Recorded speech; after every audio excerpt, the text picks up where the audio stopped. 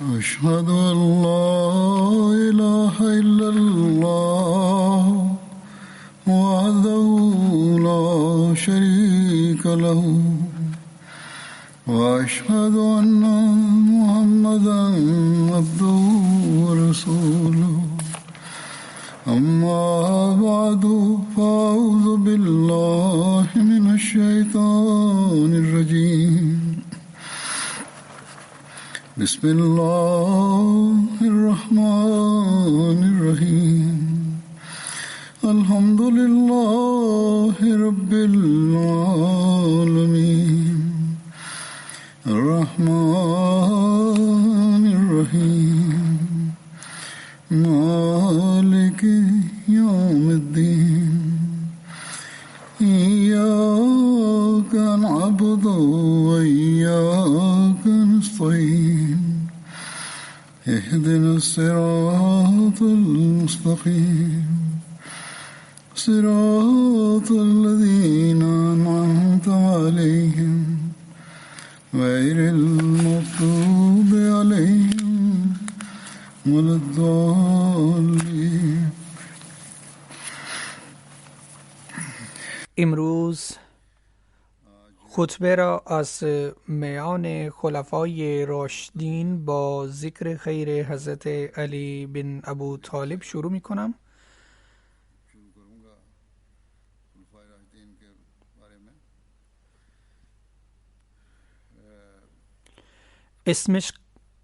اسم کاملش حضرت علی بن ابو طالب بن عبدالمطلب بن هاشم است. نام پدرش عبد مناف و کنیهش ابو طالب بود و نام مادرش فاطمه دختر اسد بن هاشم بود. حضرت علی 10 سال قبل از بعثت نبوی متولد شد. درباره صورت ظاهری حضرت علی گفته می شود که وی با قد متوسط و چشمان سیاه و بدن چاق و کتفهای عریض بود. مادر حضرت علی نامش بر نام پدر خود اسد نهاده بود و ابو طالب در هنگام تولدش در خانه حضور نداشت. هنگامی که وی بازگشت بر او به جای اسد علی نام نهاد. حضرت علی 3 برادر و 2 خواهر داشت که برادرانش طالب، عقیل و جعفر و خواهرانش ام هانی و ام جمانه بودند و از بینشان غیر از طالب و جمانه همه به اسلام گرویده بودند.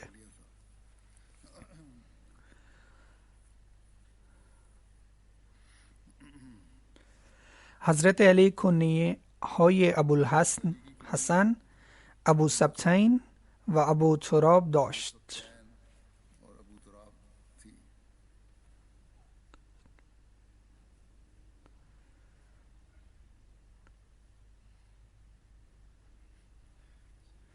به روایت صحیح بخاری حضرت سهیل بن سعد تعریف می کنند که حضرت پیامبر اکرم صلی الله علیه و آله و سلم در خانه حضرت فاطمه تشریف آوردند و حضرت علی را پیدا نکردند و پرسیدند که پسر عمویت کجاست؟ حضرت فاطمه گفت که بین من و او حرف شده است و وی از من ناراحت شده و رفته است و برای استراحت ظهر هنگام هم اینجا نه آمده است. حضرت پیامبر اکرم صلی الله علیه و آله به یکی فرمودند که بررسی کند که وی کجاست. آن مرد آمد و خبر داد که یا رسول الله، او در مسجد خوابیده است. حضرت پیامبر اکرم صلی الله علیه و آله و سلم به مسجد تشریف بردند و حضرت علی در آنجا دراز کشیده بود و از پهلو یعنی کمرش چادر جا به جا شده بود و کمی خاک به او مالیده شده بود. حضرت پیامبر اکرم صلی الله علیه و آله و سلم خاک را صاف کردند و فرمودند بلند شو ابو تراب، بلند شو ابو تراب، و از آن زمان او با کنیه ابو تراب خوانده شدند.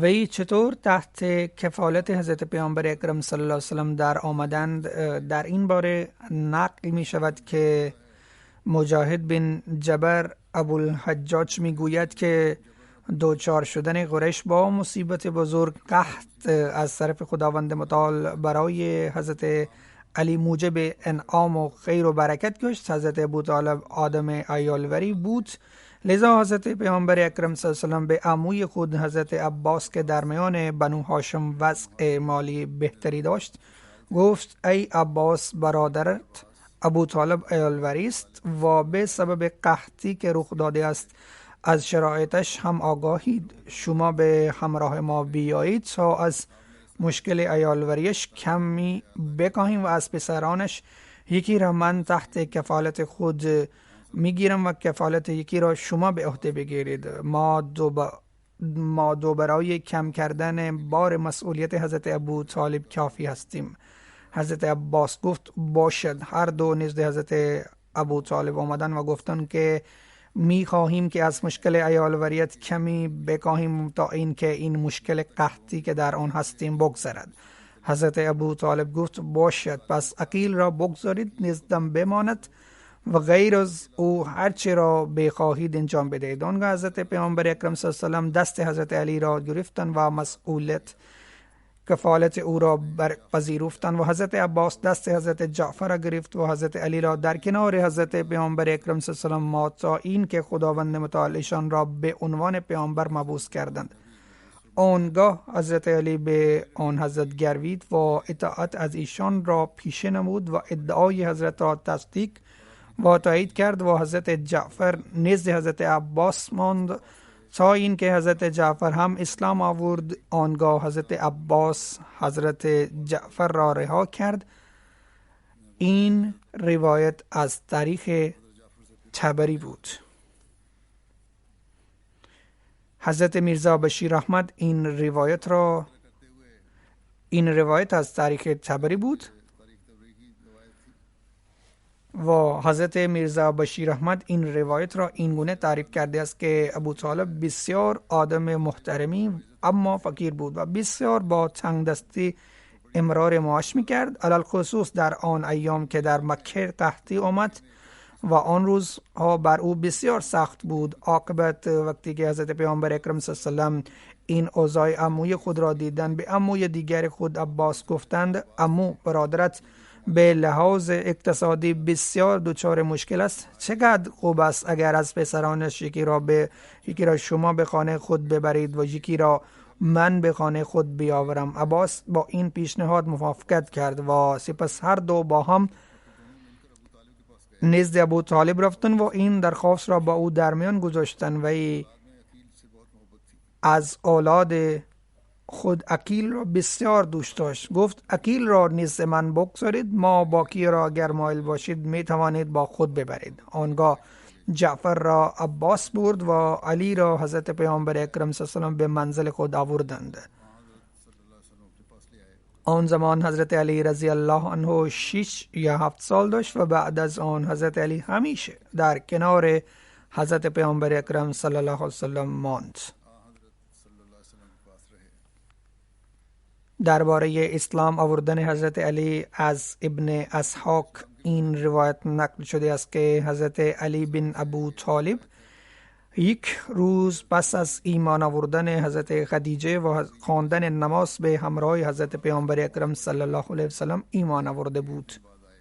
راوی میگوید که وقتی وی حضرت پیامبر اکرم صلی الله علیه و آله و سلم و حضرت خدیجه را در حال خواندن نماز دید، از حضرت پیامبر پرسید ای محمد صلی الله علیه و سلم این چیست؟ حضرت پیامبر اکرم صلی الله علیه و سلم فرمودند این دین خداست که او خودش برگزیده است و پیامبران را با آن فرستاده است.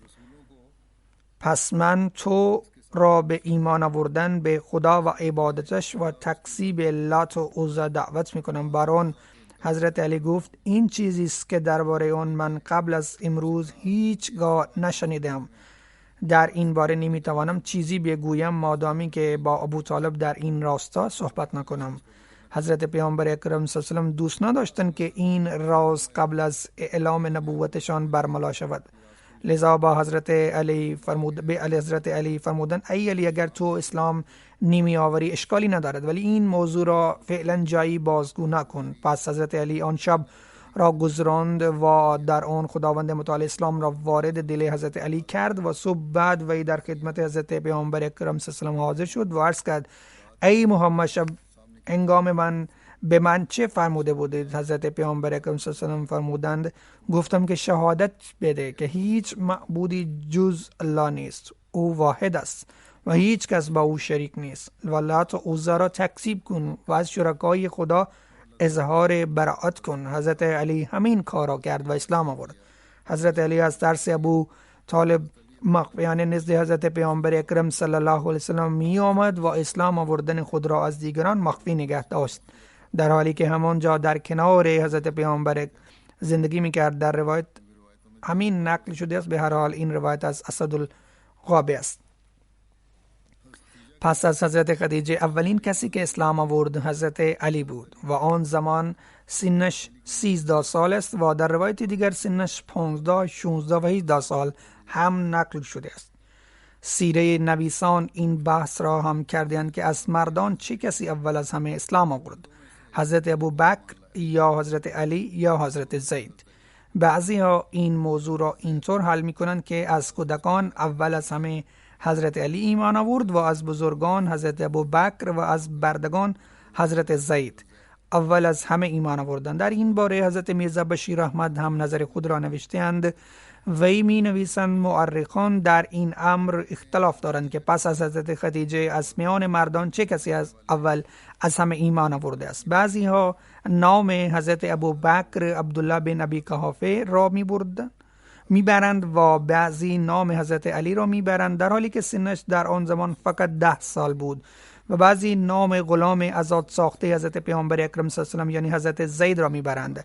اما به نظر ما این نزاع و مجادله بیهوده است، چون حضرت علی و زید بن حارثه اعضای خانواده حضرت پیامبر اکرم صلی الله علیه و سلم بودند و مانند فرزندان حضرت در خانه‌شان زندگی می‌کردند و آنها به محض این که حضرت پیامبر اکرم صلی الله علیه و سلم بعثت خود را اعلام فرمودند ایمان آوردند، بلکه از طرف آنها شاید نیاز به هیچ اقرار هم نباشد، لذا لزومی ندارد که نامشان در این میان کشیده شود. کسانی که باقی ماندند از آنها به طور مسلم حضرت ابوبکر اول از همه ایمان آورده بود و نامشان در این میان کشیده شود. کسانی که باقی ماندند از آنها به طور مسلم حضرت ابوبکر اول و از همه ایمان آورده بود و پیشگام بود. حضرت مسلم عود رضی الله عنه می فرمایند خداوند متعال به حضرت موسی علیه السلام به درخواستش یار و مددکاری داده بود، اما شأن و مرتبت حضرت پیامبر اکرم صلی الله علیه و آله ببینید که به ایشان بدون این که تقاضا کنند یار و مددکار عطا شد. در اینجا حضرت مسلم موعود می خواهد که حضرت خدیجه را ذکر کند و دارد تعریف می کنند که حضرت خدیجه یار و یاور آن حضرت بود. حضرت مسلم موعود می فرمایند شأن خدا بنگرید که به حضرت پیامبر اکرم صلی الله علیه و آله بدون مطالبه و تقاضا یار و مددکار عطا کرد، یعنی آن همسرشان که حضرت او را بی نهایت دوست داشتن اول از همه به ایشان ایمان آورد، چون هر کسی در امر دین و عقیده آزاد است و هیچ کسی نمیتواند به اجبار کسی را به پذیرش عقیده‌ای وادار کند. لذا احتمال داشت که هنگامی که حضرت پیامبر اکرم صلی الله علیه و آله با خدیجه درباره اولین وحی خود حرف میزدن به ایشان همکاری نمی کرد و می گفت من از تعمق و تأمل تصمیم می گیرم. اما نه خیر، او اینطور نکرده، بلکه بدون هیچ تأمل و توقف و پس و پیش کردن ادعای آن حضرت را تایید کرد و این ترس و اندیشه که حضرت پیامبر اکرم صلی الله علیه و آله ممکن است که خدیجه به من ایمان نیاورد برطرف شد و حضرت خدیجه اولین کسی قرار گرفت که به حضرت پیامبر اکرم صلی الله علیه و آله ایمان آورد و آن زمان خداوند بر رویش میگفت الیس الله بکاف عبده، که ای محمد صلی الله علیه و آله تو خدیجه را دوست داشتی و میترسیدی که مبادا خدیجه تو را رها کند و به فکر این بودی که خدیجه به تو ایمان می آورد یا نه. اما آیا ما نیازت را برآورده ساختیم یا نه؟ بعد حضرت مسلم عود می افزایند پس از آن وقتی که در منزل آن حضرت سخن از وحی خداوند متعال شروع شد. زید بن حارث که برده آن حضرت بود در منزل ایشان سکونت داشت جلو آمد و گفت یا رسول الله من به شما ایمان می آورم. و سپس حضرت علی که سنش آن زمان 11 سال بود و هنوز کودکی بیش نبود بر روی در ایستاد و آن صحبت را شنید که در بین حضرت پیامبر اکرم صلی الله علیه و حضرت خدیجه جاری بود. هنگامی که وی شنید که پیام خدا آمده است، آنگاه حضرت علی که پسر باهوش و زرنگی بود و در ذات خود نیکی داشت، آن علی که در وجودش احساسات نیکی و در حال جوشش بود اما رشد نیافته بود، آن علی که احساسات بسیار بلندی داشت اما هنوز در سینش مخفی بود، آن علی که در او خداوند متعال ماده قبولیت به ودیت گذاشته بود اما هنوز فرصت نشده بود که آن را نشان بدهد. وقتی وی دید که زمان ابراز احساسات فرا رسیده است، وقتی مشاهده کرد که حال دیگر زمان رشد و نمو احساسات هم سر رسیده است، وقتی دید که حال خدا مرا به سوی خود فرا می خواند، آنگاه آن علی که کودک بود با سینه پر از خلوص و محبت در حال شرم و خجالت جلو آمد و عرض کرد یا رسول الله به چیزی که عمم ایمان آورده است و زید ایمان آورده است منم به آن ایمان آوردم. در تاریخ طبری نوشته شده است که در اوایل هنگامی که زمان نماز فرا رسید، حضرت پیامبر اکرم صلی الله علیه و به وادی های مکه می رفتند و حضرت علی هم دور از چشم ابو طالب و عموی های دیگر و قوم خود به همراه آن حضرت می رفت و هر دو آنجا نماز می خواند و شامگاه باز می گشتند. این سلسله همین گونه ادامه پیدا کرده. سپس روزی ابو طالب این هر دو را در حال نماز دید و آن حضرت پیامبر اکرم صلی الله علیه و پرسید ای برادرزاده، این چه دینی است که می بینم از آن پیروی می کنیم؟ حضرت پیامبر اکرم صلی الله علیه و فرمودند ای عموی من، این دین خداست و دین فرشتگانش است و دین پیامبرانش است و دین پدر ما حضرت ابراهیم علیه السلام است یا چیزی شبیه آن فرمودند. و سپس فرمودند خداوند متعال مرا با آن دین مبعوث کرده است و اما تو از همه سزاوارتری که به تو به پذیرش آن نصیحت کنم و تو را به هدایت آن فرا بخوانم و تو سزاوارتری که به من ایمان بیاوری و کمکم کنی یا سخنی شبیه این فرمودن. آنگاه ابو طالب گفت ای برادر ساده، من نمیتوانم دین نیاکان خود را که به آنها باور داشتن ترک کنم، اما به خدا قسم تا زمانی که نفس میکشم هیچ چیزی به تو نمیرسد که آن را دوست نداری.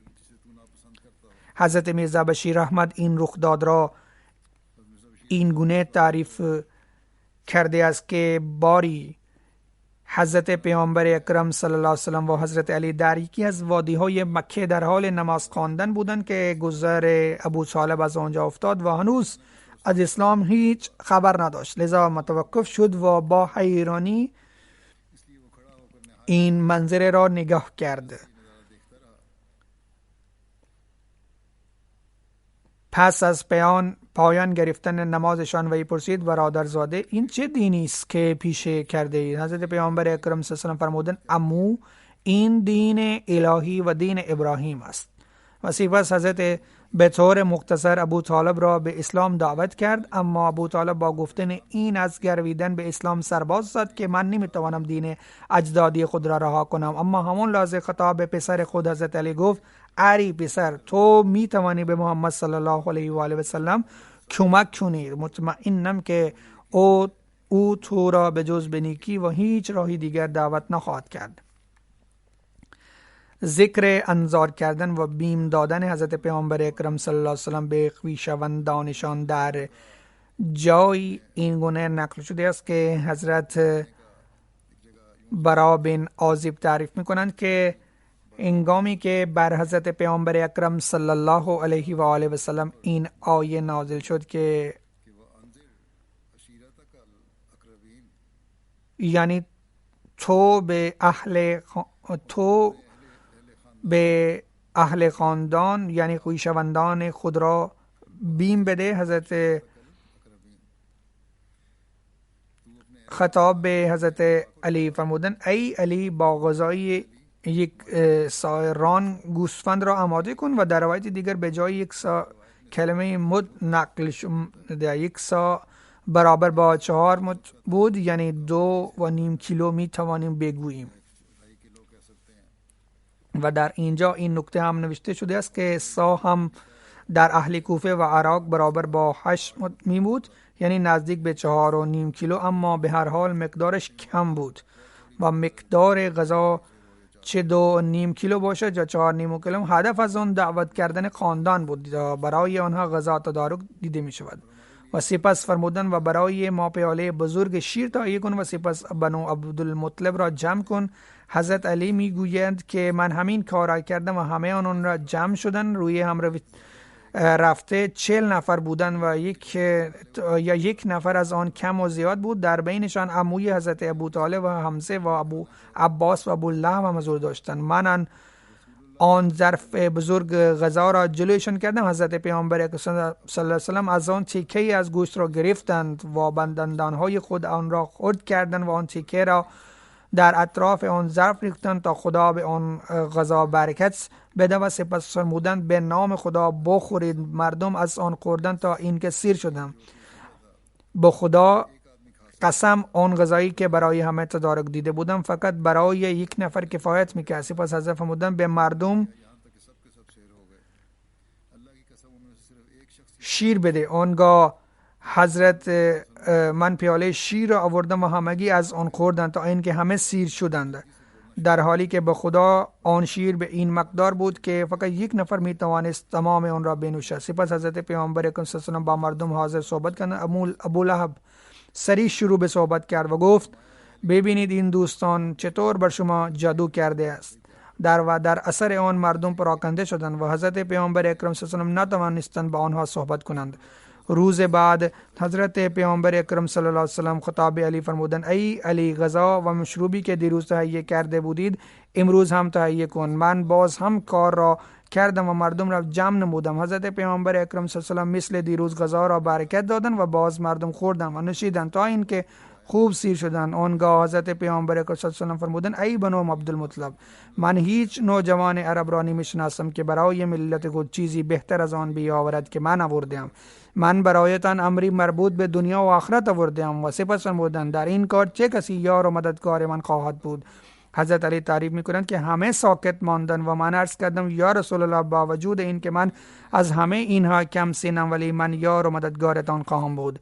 حضرت میرزا بشیر احمد در سیرت خاتم النبیین با ذکر این رویداد این گونه نوشته‌اند که حضرت پیامبر اکرم صلی الله علیه و آله و سلم به حضرت علی فرمودند ضیافت را تدارک ببین و در آن بنو عبدالمطلب را دعوت کن تا بدین وسیله به آنها پیام حق ابلاغ کنم.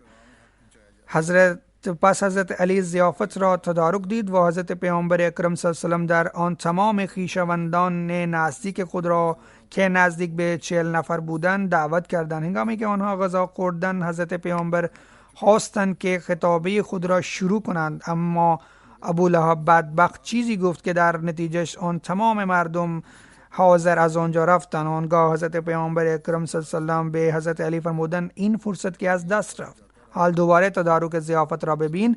پس دوباره خیشان حضرت جمع شدند و حضرت خطاب آنها فرمودند ای عبدالمطلب، ببینید من به سوی شما با آن سخنی آمدم که بهتر از آن را هیچ کس به هیچ قبیله خود نآورده است.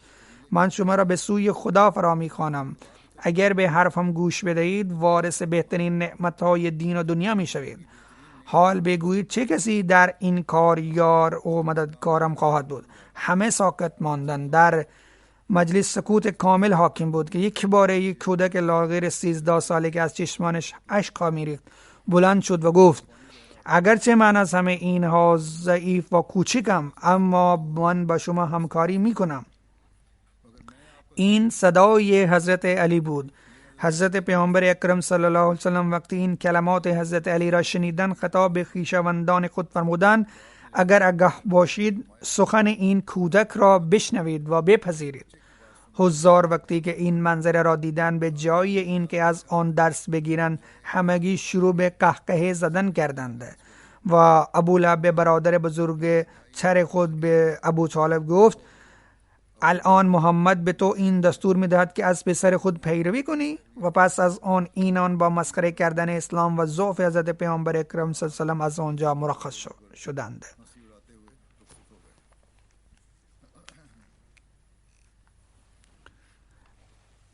حضرت مسلم عود این رخداد را این گونه تعریف میکنند که این رخداد حضرت علی است که وقتی وی 11 ساله بود برای یاری و تایید دین اسلام بلند شد.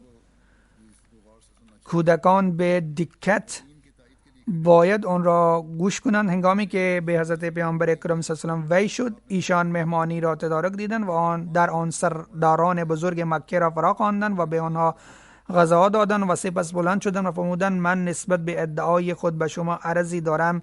آنگاه همگی بلند شدند و آنجا را ترک کردند و دیدن این اتفاق حضرت علی نزد حضرت پیامبر اکرم صلی الله علیه و آله آمد و عرض کرد برادر این چه کار کرده؟ شما میدانید که اینان مردم دنیا دارند، لذا اول بایستی به آنها پیام الهی را میرساندید و بعد غذا میدادید. این افراد بی شخصیت پس از خوردن غذا فرار کردند چون اینان دنبال غذا بودند. پس اگر شما اول صحبت‌های خود را به گوش آنها میرساندید و در این کار خواهد 2 ساعت هم میگذاشت، آنان حتما مینشستند و بعد آنها غذا را میدادید. پس حضرت پیامبر اکرم صلی الله علیه و آله دوباره آنها را به مهمانی دعوت کردند، اما اول حرفهای خود را به گوش آنها رساندند و سپس غذا دادند. پس از آن حضرت پیامبر اکرم صلی الله علیه و آله باز ایستادند و فرمودند ای مردم، من سخنان خدا را به شما رساندم. آیا از میانتان کسی هست که به من کمک کند و در این کار یار و یاورم باشد؟ تمام افراد بزرگ مکه ساکت ماندند و فقط حضرت علی رضی الله عنه بلند شد و گفت پسر عمو من هستم، من به شما کمک میکنم. حضرت پیامبر اکرم صلی الله علیه و آله گفتند که این که کودک است. پس حضرت دوباره بلند شدند و فرمودند ای مردم، آیا از میانتان کسی هست که به من کمک کند؟ باز تمام افراد پیر و سال خورده ساکت ماندند و دوباره آن پسر 11 ساله بلند شد و گفت پسر عمو من هستم، من از شما حمایت میکنم. آنگاه حضرت پیامبر اکرم صلی الله علیه و آله دانستند که نزد خدا همین کودک 11 ساله جوان است و ما باقی همه آن افراد بزرگ کودک و هیچ قدرتی نداشتند همین پسر عاقل است. پس حضرت وی را یار و همراه خود قرار دادند و سپس همین علی تا آخر به همراه آن حضرت ماند و پس از وفات شان خلیفه هم شد و وی اساس دین را محکم کرد. همین طور خداوند متعال نسلش را نیک و پارسا قرار داد و تا 12 نسل به طور مرتب از میان شان 12 امام برانگیخت. حضرت مسلم عود رضی الله عنه در جایی با ذکر حضرت علی می فرمایند زمانی که حضرت علی ایمان آورد و ای کودک بود، ولی او خوب می دانست که به خاطر اسلام مجبور به تحمل هر نوع مشکلات و سختی ها می شود. اگرچه کودک بود ولی این موضوع را خوب درک می کرده که به خاطر آن ممکن است مجبور شود فداکاری ها بکند، تا این حد که اگر نیاز به فداکاری جانم پیش آمد لازم است که در راه خدا جان خود را فدا کند. در روایت نقل شده که حضرت پیامبر اکرم صلی الله علیه و آله در ایام ابتدایی رسالت خود مهمانی را تدارک دیدند و در آن ابو عبدالمطلب را دعوت کردند تا به آنها پیام حق ابلاغ کنند. پس بسیاری از خویشاوندان حضرت در آن مهمانی شرکت کردند. هنگامی که همه مردم غذا خورده بودند، حضرت پیامبر اکرم صلی الله علیه و آله بلند شدند و خواستند که خطابی ایراد کنند، اما ابولهب همه حضار را مرخص کرد و آنها بدون این که به حضرت گوش فرا بدهند و به خانه های خود بازگشتند. حضرت بسیار تعجب کردند که عجب مردمانی اند که با وجود خوردن غذا به حرفهایم گوش ندادند، اما حضرت امید را از دست ندادند بلکه به حضرت علی فرمودند دوباره آنها را به مهمانی دعوت کن. پس همگی دوباره به غذا دعوت شدند. هنگامی که آنها غذا خوردند و سی شدند، حضرت بلند شد و فرمودند ببینید که این چه قدر لطف بزرگ خداوند متعال بر شما است که او پیامبر خود را به سوی شما فرستاده است. من شما را به سوی خدا فرا می‌خوانم، چنانچه سخنم را بپذیرید، وارث نعمت‌های دینی و دنیوی خواهید بود. آیا از میانتان کسی است که به من در این کار کمک کند؟ با شنیدن این کلمات بر مجلس سکوت حاکم شد، اما یک بار از گوشه یک کودک بلند شد و گفت اگرچه من ضعیف‌ترین و در سن از همه کوچکترم، اما من با شما همراهی میکنم. این کودک حضرت علی بود که در آن زمان اعلام کرد که از اسلام حمایت خواهد کرد. فداکاری که حضرت علی در هنگام هجرت پیامبر اکرم صلی الله علیه و سلم داد درباره آن این گونه نقل شده است که هنگامی که اهالی مکه با مشورت هم تصمیم گرفتند که به منزل حضرت پیامبر اکرم صلی الله علیه و سلم حمله کرده و آن را حضرت را به اسارت ببرند یا به قتل برسانند، خداوند متعال با وحی خود به حضرت از این قصد دشمنان اطلاع داد و اجازه هجرت به مدینه عطا کرد. حضرت برای هجرت شروع به آمادگی کردن و به حضرت علی دستور دادند که امشب وی بر رختخواب آن حضرت بخوابد.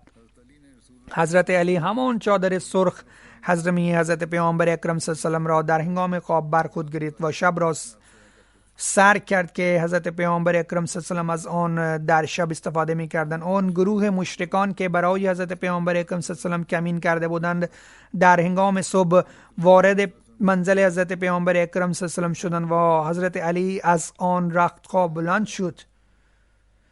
وقتی آنان نزدیک حضرت علی شدند او را شناختند و پرسیدند همکارت کجاست؟ درباره حضرت پیامبر اکرم صلی الله علیه و سلم جویا شدند. حضرت علی گفت من نمیدانم آیا من مسئول حضرت پیامبر اکرم صلی الله علیه و سلم بودم؟ شما ایشان را گفتید که مکه را ترک کنند و ایشان ترک کردند.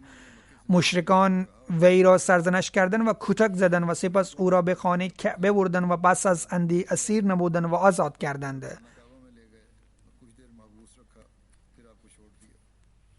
در کتابی دیگر سیره نوشته شده است که حضرت علی طبق دستور حضرت پیامبر اکرم صلی الله علیه و سلم بعد از بازگرداندن امانت‌های مردم پس از 3 روز هجرت نموده و به مدینه نزد حضرت پیامبر اکرم صلی الله علیه و سلم رسید و به همراه آنشان در قبا در منزل ام کلثوم بن هدم اقامت نمود. در سیرت خاتم النبیین رخداد هجرت این گونه بیان شده است که هنگام شب تاریک بود و قریش ستمگر که از قبایل مختلفی بودند با نقشه خون خود دور خانه حضرت پیامبر اکرم صلی الله علیه و سلم جمع شده و آن را محاصره کرده بودند و منتظر بودند که صبح شود یا حضرت از خانه خود بیرون بیایند و اینها یک باره به ایشان حمله کرده و حضرت را به قتل برسانند. حضرت پیامبر اکرم صلی الله علیه و سلم بعضی امانت‌های برخی کفار را نزد خود داشتند، چون اغلب مردم با توجه به صداقت و شرافت حضرت پیامبر اکرم صلی الله علیه و سلم با وجود مخالفت شدید امانت‌های خود را نزد آن حضرت می‌گذاشتند. پس حضرت حساب آن امانت‌ها را به حضرت علی تفهیم نمودند و تأکید کردند که بدون بازگرداندن امانت‌های مردم نباید از مکه خارج شود و سپس حضرت پیامبر اکرم صلی الله علیه و سلم به او فرمودند تو به رختخواب من دراز بکش و او را تسلی دادند که به فضل خدا هیچ آسیبی به تو نمی رسد. و روی آن دراز کشید و حضرت چادر سرخ خود را بر او دادند. بعد از آن حضرت به نام خدا از خانه خارج شدند و آن زمان محاصره کنندگان جلوی حضرت پیامبر اکرم صلی الله علیه و سلم حضور داشتند، اما چون آنان فکر نمی کردند که حضرت پیامبر اکرم صلی الله علیه و سلم به این زودی در اوایل شب از خانه خود بیرون بیایند، لذا آنها غافل ماندند و حضرت پیامبر اکرم صلی الله علیه و سلم راحت جلوی چشمان و از میانشان رد شدند و آنها متوجه آن نشدند. حال حضرت پیامبر اکرم صلی الله علیه و آله و سلم مخفیانه اما سری از کوچه های مکه رد می شدند و طولی نکشید که از آبادی دور شدند و راه غار سر را در پیش گرفتند. چون حضرت پیامبر اکرم صلی الله علیه و سلم با حضرت ابوبکر از پیش تمام قرار گذاشته بودند، لذا او هم در میان راه به ایشان ملحق شد.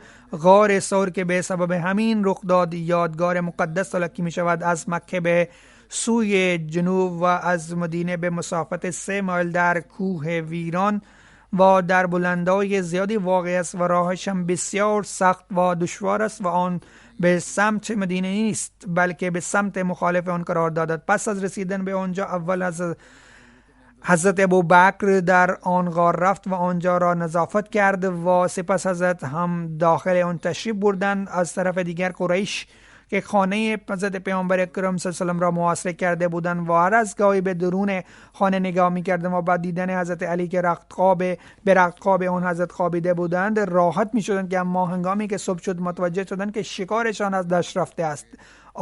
آنها به به این طرف و آن طرف دویدند و در کوچه های مکه و در خانه های اصحاب آن حضرت را گشتند، اما پیدا نکردند و در حال خشم خود حضرت علی را گرفتند و کمی کتک زدند. حضرت مسلم موعود این فداکاری حضرت علی را این گونه ذکر کردند که می‌فرمایند حضرت پیامبر اکرم صلی الله علیه و در هنگام خارج شدن از خانه خود حضرت علی را روی رختخواب خود خواباندند. در آن ایام تخت خواب رواج نداشت، بلکه تاکنون هم در مکه تخت خواب رایج نیست. در بعضی روایت به اشتباه نوشته شده است که حضرت پیامبر اکرم صلی الله علیه و او را روی تخت خواب خود خواباندند.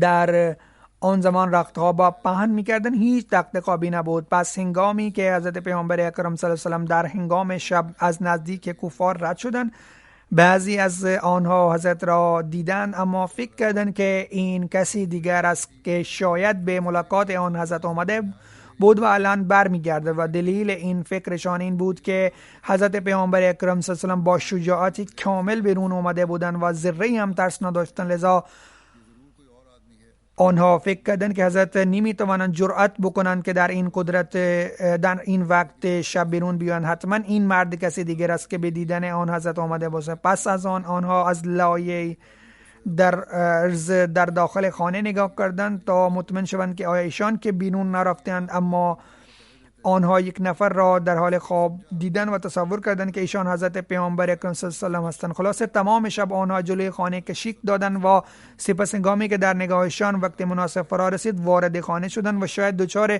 شک شده بودند که این بدن مال حضرت پیامبر اکرم صلی الله علیه و نیست. پس آنها پارچه را از صورت حضرت علی کنار زدند و شاید پارچه روی صورت حضرت علی نبود. به هر حال متوجه شدند که فرد خواب حضرت علی است و حضرت پیامبر اکرم صلی الله علیه و نیستند. متوجه شدند که حضرت پیامبر اکرم صلی الله علیه و در سلامتی کامل رفته و الان دیگر برایشان جز ناکامی چیز دیگر باقی نمانده بود.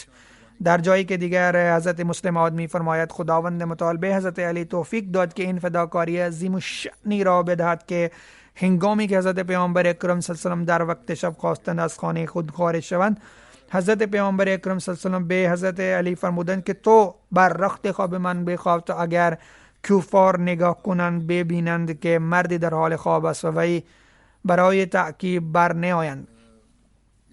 وقتی آنان نگاه کنند که کسی روی تخت خواب بیده است و برای تعقیب نروند. آن موقع حضرت علی نگفتند که یا رسول الله چندین نوجوانان قریش دور بر خانه شمشیر به دست گرفته استادند، اگر آنان موقع صبح خبر گرفتند که شما بیرون رفته اید از اینجا خارج شدید به من حمله کنند و قتل کنند. اما ایشان با اطمینان کامل، یعنی حضرت علی با اطمینان کامل روی تخت رسول کریم صلی الله علیه و سلم دراز کشیدند و ایشان چادر خود بر ایشان انداختند. وقتی صبح شد و کرش دیدند که به جای محمد رسول الله صلی الله علیه و حضرت علی از تخت ایشان بلند شدند و به سبب نامرادی خود خجالت کشیدند و حضرت علی را مورد ضرب و شتم قرار دادند، اما با این کار هیچ اتفاقی نیفتاد. نوشته خداوند به تکامل رسیده است، به تحقق رسیده بود و پیامبر اکرم صلی الله علیه و سلم به سلامتی از مکه بیرون رفته بودند و آن موقع حضرت علی خبر نداشتند که به سبب این کار چه بداشی داده می شوند. اما خداوند خبر داشت که به سبب این قربانی نه تنها حضرت علی بلکه اولادشان هم عزت داده می شوند. بنابراین اولین شرفی که به حضرت علی بخشیده بود این بود که داماد پیامبر اکرم صلی الله علیه و سلم برگماشته شدند. دومین فضل خداوند بر ایشان این شد که در دل پیامبر اکرم صلی الله علیه و سلم درباره حضرت علی آنچنان محبتی ایجاد کرد که رسول اکرم چندین بار از حضرت علی ستایش کردند. به هر حال این یک رخداد بود اما ارجاع مختلفی داشت و در مورد رخداد شرحی که بیان میکنم به خاطر این است که چیزهای زیادی معلوم بشوند یا به روش جدید مطرح می شوند تا تمام گوشه های این رخداد بیان شود، یا در مورد آن شخصی صحابی و اینجا در مورد سیرت حضرت علی امور جدید آگاهی پیدا بشود و از وابستگی پیامبر اکرم صلی الله علیه و سلم با تمام اصحاب داشتند از آن با خبر بشوید. بعضی اوقات اینطور معلوم می شود که یک ارجاع به جاهای گوناگون مطرح شده است، اما روش بیان آن فرقی دارد و اینجا در مورد حضرت علی همین اموری به دست آوردیم. به هر حال ذکر حضرت علی ادامه خواهد داشت، اما انشاءالله باقی مانده را در آینده بیان خواهم کرد. اکنون برخی جنازه های مرحومین را اقامه خواهم کرد و جنازه اول از جناب دکتر طاهر محمود پسر طارق محمود شهید است، مخالفین احمدیت در مده بلوچان ناحیه ننکانه روز 20 نوامبر 2020 بعد از نماز جمعه با شلیک شهید کردند. انا لله و انا الیه راجعون. طبق اطلاعات جناب شهید مرحوم همراه پدر و خانواده روز 20 نوامبر برای نماز جمعه به خانه عمو به جناب محمد حفیظ جمع شدند. بعد از ادای نماز جمعه ساعت 2:30 از خانه بیرون رفتند که یک جوانی به اسم مهد 16 ساله در کوچه با تفنگ مسلح بود و شلیک کرد و در نتیجه شلیک جناب دکتر طاهر محمود همان لحظه شهید شدند. انا لله و انا الیه راجعون. جناب شهید 31 ساله بودند. در این حمله پدر شهید مرحوم طارق محمود 55 ساله و دبیر مال و رئیس پیشین جماعت بودند و به سر گلوله خوردن و به شدت زخمی شدند و در بیمارستان بستری هستند. و عموی شهید جناب سید احمد مقصود 60 ساله رئیس جماعت هستند و جناب طیب محمود زعیم خدام الاحمدیه 26 ساله به نتیجه شلیک زخمی شدند و کمی در بیمارستان بستری شدند. آنان الان سالمند، اما پدر جناب شهید به شدت زخمی هستند. مهاجم 2 بار خشاب تفنگ عوض کرد و بار سوم دستگیر شد، اما روش جدید دشمنی ایجاد شده است که نوجوانان را برمی‌انگیزند، انتخاب می‌کنند و آنان را تشویق می‌کنند که حمله بکنند تا بعداً در دادگاه بگویند که به سن بلوغت نرسیده است و در مجازات باید کم بشود یا بخشیده بشوند. بنابراین آنان روش‌های جدید را به کار برده‌اند. بعداً میگویند که هیچ نوع شکوه نداریم و باعث تنگی نیستیم و نه به احمدیان ظلم میکنیم و طرف دیگر ما شهیدان داریم و مقامات دولتی به زور خلاف ما مرافعات درست میکنند. خداوند آنان را فهم عطا کند، بهشان عقل بدهد و اگر اینطور نیست در آن صورت خودش آنان را مجازات کند. در خاندان مرحوم احمدیت به توسط پدر بزرگ ایشان جناب حکیم محمد ابراهیم نفوس پیدا کرد و ایشان همراه خانواده خود به سن 13 سالگی در دوران خلافت دوم بیعت کردند. جناب مرحوم شهید دیپلم از دانشکده اسلامی لاهور گرفتند. بعد از مسکو روسیه در سال 2013 مدرک پزشکی گرفتند و اکنون برای آزمون PMC داشت آمادگی میکرد. در بیمارستان فضل عمر کار کرده بود. جناب شهید حامل ویژگی‌های زیادی بود، با خلافت محبت زیادی داشت، از مقامات جماعت خیلی تعظیم میکرد و هرگاه کاری بهشان سپرده میشد همان لحظه انجام میدادند. به عنوان قائد خدام الاحمدیه توفیق کار داشت، خدمت داشت. چندین بار مریضان را در ماشین خود به بیمارستان برده بودند.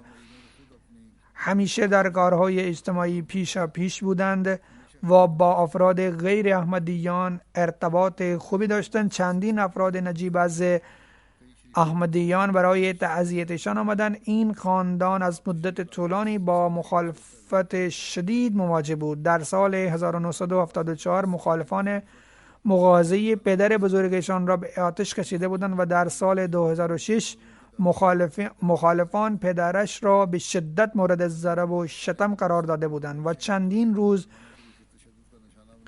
پیش از یک مخالف به پدر شهید مرحوم توف انداخت و این گونه کارها را به طور مستقل انجام داده بودند، اما اینان خلاف مخالفین مانند سپر ایستاده بودند.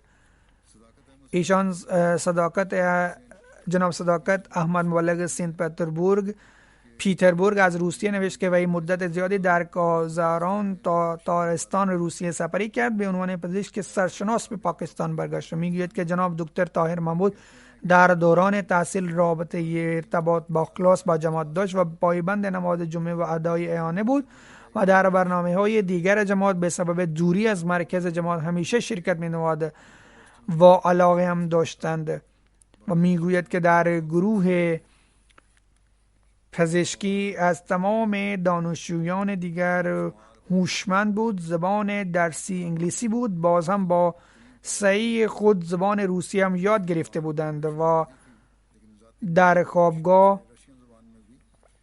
خوابگاه کازان اقامت داشتن. آنجا تمام کسانی را گفته بود که من احمدی هستم و به سبب این روبروی مخالفت هم قرار گرفته بودند، چون دانشجویان پاکستانی هم اونجا بودند که به شدت مخالف جماعت بودند، اما باز هم فرصتی فراهم شد تبلیغ میکرد. اکنون میگوید که به پاکستان آمدم و با من ملاقات کرد و گفت که در مده بلوچان روبروی مخالفت هست و به خاطر این او میخواست که به ربوه منتقل بشود و در ربوه خانه هم ساخته است. فرید براگیموفو کازان احمدی روسی از تاتارستان است. او میگوید که وی به زودی زبان روسی را یاد گرفت و خیلی خوش‌طبع و نیک فطرت بود. از لبخند وی همیشه لبخند میزد. در بازماندگان علاوه بر پدرش آقای طارق محمود، مادرش خانم شمشیر اختر و برادر به نام آقای قاسم محمود در آلمان و خواهر به نام فائز محمود همسر نصیر احمد در آلمان به یادگار گذاشتند.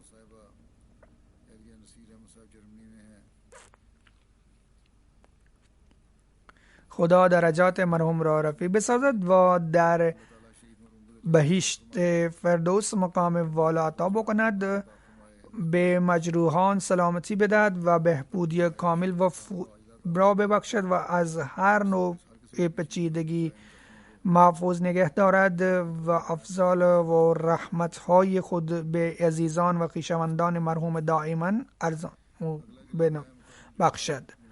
جنازه بعدی متعلق به آقای جمال الدین محمود احمد است. او در سیرالیون دبیر کل ملی جماعت بود. در تاریخ 3 نوامبر به علت سکته قلبی ناگهانی فوت کرد. انا لله و انا الیه راجعون. مرحوم از مدت 16 سال گذشته به عنوان دبیر کلی ملی جماعت خدمت میکرد. به فضل خدا عضو نظام وصیت بود. آقای سعید الرحمن مسئول مبلغین می نویسند که علاوه خوبی های دیگر یکی این بود که وی نمونه عملی این بود که احمدی های سراسر جهان را از نجات پرستی نجات داد و یک خانواده بسازد و بسیار حکمت و اخلاص کار میکرد. تقریبا 2000 نفر در مراسم اقامه نماز میتش و تجهیز و تکفین شرکت کردند.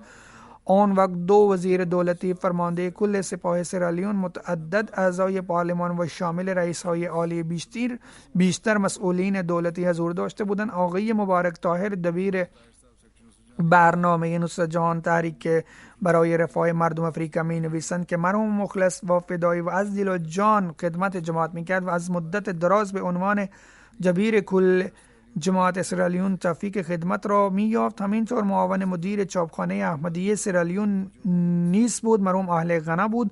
حضرت مولانا نظیر احمد مبشر پدرش به نام آقای ابراهیم کوجو محمود را به خاطر خدمت در عرصه آموزش و تدریس به سیرالیون فرستاده بود. آقای مبارک طاهر می نویسند که آقای جمال مدت 13 سال پیش من در روکیوپور زندگی کرد. پدرش آقای جمال به خاطر کسب تحصیلات پیش او آقای مبارک طاهر فرستاده بود. مرحوم از ابتدا دیندار و پایبند نماز جماعت بود و او با عشق و علاقه خدمات جماعت را انجام میداد. همکاری با خدام روکیوپور و وظیفه تبلیغ و اشاعت دین را نیز به جا می آورد. آقای عثمان صالح مدیر چاپخانه احمدیه سیرالیون میگوید که آقای جمال الدین محمود قبل از من از مدت طولانی آنجا خدمت میکرد و مسئول بود و من او 12 سال همکاری کردم. طی این مدت هیچ وقت جوری رفتار نکرد که من کوچکتر و نه تجربه کار از او هستم، بلکه مدام با احترام برخورد میکرد و میگوید که شما مبلغ جماعت هستید و خلیفات المسیح شما را برگماشته‌اند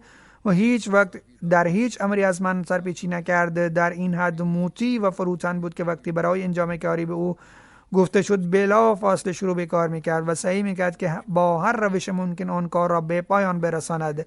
میگوید که من تا این مدت ازش خیلی چیزا را یاد گرفتم. هر روز پیوسته نماز تهجد را ادا میکرد. خیلی پایبند نماز جماعت بود. نماز همجوری ادا میکرد که قشنگی و زیبایی آن قابل رشک بوده. همیشه با بسیار خشوع و خضوع اطمینان نماز ادا میکرد. عاشق خلافت بود و هر خطبه جمعه را با رعایت ادب نشسته گوش میکرد. سپس می نویسد که طبق فرهنگ سیرالیون آقای جمال متعدد بچه ها را در خانه خود بزرگ کرد. هزینه تحصیلشان را پرداخت و حال چندین از آنها شغل خوبی را دارند و با بسیار ادب و علاقه ذکر خیرش را ادا می کنند. آقای نوید کمر می نویسد که او در تحریکات جماعت با عشق و علاقه شرکت می کرد. او در صندوق تحریک جدید و وقف جدید به نامهای والدین و دیگر بزرگان خانواده خود فداکاری مالی اضافی می کرد. هرگاه به روستای بومی رو کوپور می اومد، با وجود اینکه سرش خیلی شلوغ بود، سر وقت به مسجد می رسید. معمولا در زمان بین نمازهای مغرب و عشا مردم را از تعلیم جماعت احمدیه آگاه می‌کرد و از مخصوصا با روش‌های خوبی در مورد اهمیت و برکات خلافت احمدیه و بستگی به آنها می‌فهماند. سپس می‌نویسد که با تمام مردم روابط مبنای عشق و علاقه داشت. بر خبر در گذشت وی چه احمدی و چه غیر احمدی هر چشم اشکبار بود. به همین دلیل در نماز میت وی تعداد زیادی از مردم شرکت کردند و علاوه بر حوالی و اضطراف مردم به خاطر شرکت در نماز میت وی سفر طولانی را نیز طی نمودند. مرحوم 2 همسر داشت و از همسر نخست متارکه کرد و اما فرزندانش از وی بودند و او 2 دختر و 2 پسر داشت. یک دختر ازدواج کرد و در استرالیا است و دیگران دارند در غانا تحصیلات را فرا میگیرند و 2 در غانا و 1 در سیرالیون تحصیلات را دارند کسب میکنند. از همسر دیگر هیچ فرزندی ندارد. به هر حال خداوند و مرحوم و مغفرت و رحم بر خود نماید و درجاتش را رفیع بسازد و بچه هایش را توفیق بدهد که نیکی های وی را ادامه بدهند. جنازه بعدی متعلق به خانم امت السلام است و او همسر آقای چودری صلاح الدین مرحوم ناظم جایداد و مشیر قانونی اسبق ربوه سمت مقام رسمی جماعت است بود. در تاریخ 19 اکتبر وفات یافت. انا لله و انا الیه راجعون. شوهر وی آقای چودری صلاح الدین نوه اصحاب حضرت مسیح موعود علیه السلام به نام حضرت چودری عبدالله خان و حضرت حمنه بیبی بود. پدر بزرگش و مادر بزرگش هر 2 صحابی بودند. پسر مرحوم به نام آقای نعیم الدین می نویسند اموری بابت مادرم که بر من خیلی تأثیر گذاشت. یکی از آنها این بود که مادر بسیار به جدت مراقب نمازهای ما بود و به شدت ما را وادار می کرد، نصیحت می کرد که به ادای نمازها پایبند باشیم. به سختی ما را وادار به پایبند بودن نماز میکرد. خانه ما عملا موقعیت و جایگاه خواب داشت. به خاطر کسب تحصیلات عزیزان ما به کثرت در خانه ما مقیم شدند و آنها سالها خانه ما زندگی میکردند. مادرم مخصوصا در مورد هر فرد مراقب این امر می بود که تمام عزیزان باید در هر شرایطی که باشند پایبند نماز بشوند. خودش تمام بچه ها را قرآن می‌آموخت. برای بچه های بزرگ استادها را تعیین می‌نمود. و صفت دوم، ویژگی های دوم که بر من خیلی تاثیر گذاشت، سعی و تلاش وی برای مهیا ساختن هر آسودگی و راحت ممکن برای افرادی که در خانه مقیم بودند. اگر روزی الفت مرخصی می‌گرفت، او در شستن لباس‌های تمام بچه‌ها هیچ آری نمی داشت. نه فقط بچه‌های خودش بلکه لباس بچه‌های دیگر را نیز می‌شست. افراد فامیلی‌های جد مادری و جد پدری زیاد به روه رفت و آمد داشتن. پدر مرحوم اغلب به دلیل مسئولیت‌های جماعتی در روه حضور نمی داشت. مادرم به تمام مهمانان و مهمان نوازی می‌کرد و دقیقی فرو نمی‌گذاشت و من پسر بزرگ بودم و او نظارت بر من داشت که به نحو خوبی پذیرایی بکنم و نباید مرتکب هیچ کوتاهی بشوم. سپس میگوید که پدر بزرگ ما و مادر بزرگ ما اکثر و بیشتر برای مدت طولانی در خانه ما مقیم بودند و ما به فضل تعالی 6 برادر و خواهر بودیم و خاطر کسب تحصیلات تعداد زیادی از بچه‌های خانواده ما در خانه ما اقامت می‌داشتند، اما با وجود این برای مدت سال به نحو حسن توفیق خدمت این هر سه بزرگان را یافت. به موقع جلسه سالیانه بدون مبالغه تعداد مهمانان به 80 و 90 می‌رسید و به خاطر تدارک قیام و طعامشان در خانه چادر می‌زدند، رختخواب از روستا فراهم می‌آوردند. پدرم و مادرم با همکاری یکدیگر با محبت و خوشدلی و دل باز تمام تدارکات را می دیدن و هر یک از عزیزان بدون استثناء بابت محبت و مهمان نوازی و ذکر که یکی از پسر خواهرش نوشت که من به خاطر کسب تحصیلات در خانه و اقامت می داشتم هرگز نشد که نان صبحانه را در شام داد یا نان شام را در صبحانه داد، بلکه وقت صبحانه همیشه نان روغن تازه و ماست تازه میداد. اینقدر مراقب بچه های دیگران بود، یعنی بچه های عزیزان وی که به خاطر کسب تحصیلات اونجا اقامت داشتن در حالی که عیالور بودن.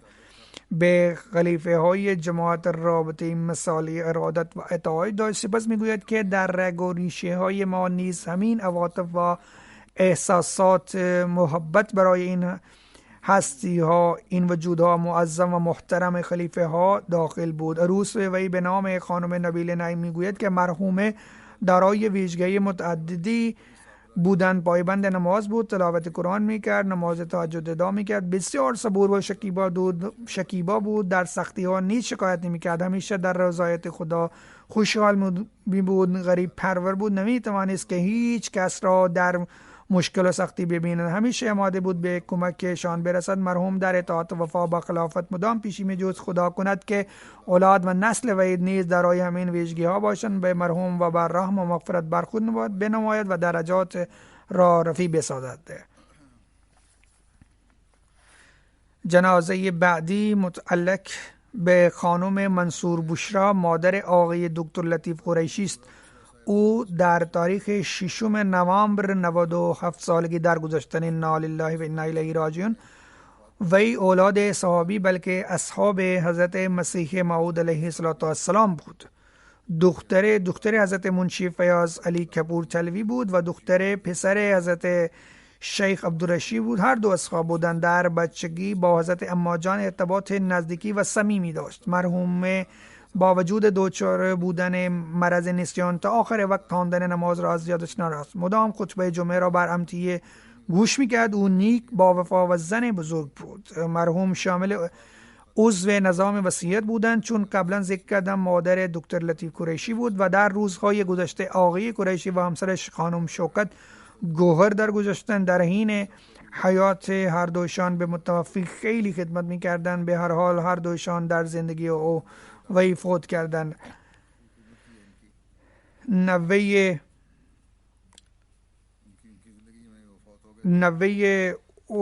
وی اسمت مرزا می نویسد که مادر بزرگم مؤمن حقیقی و به خلافت و احمدیت ارادت فرمان داشت. من هیچ کس ندیدم که بیش از او عبادت گزار و با قرآن محبت و عقیده داشته باشد. کمگو بود و طبع ساده داشت. خداوند به مرحومه بر رحم و مغفرت برخورد نماید و درجات وی را رفیع بسازد. بعد از نماز جمعه نماز میت غیبشان را اقامه خواهم کرد.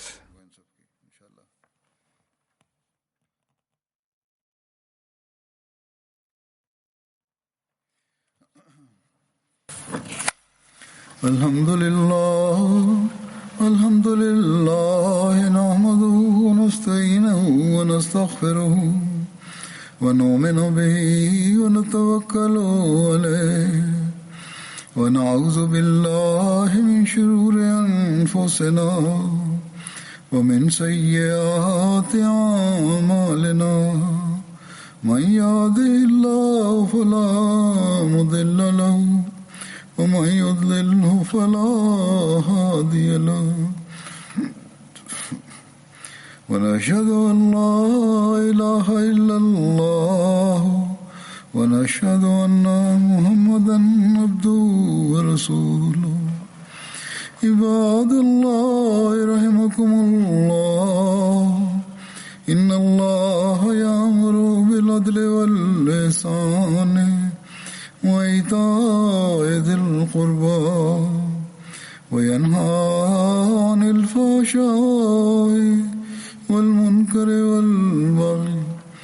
يعظكم لعلكم تذكرون اذكروا الله يذكركم وادعوه يستجب لكم ولذكر الله أكبر.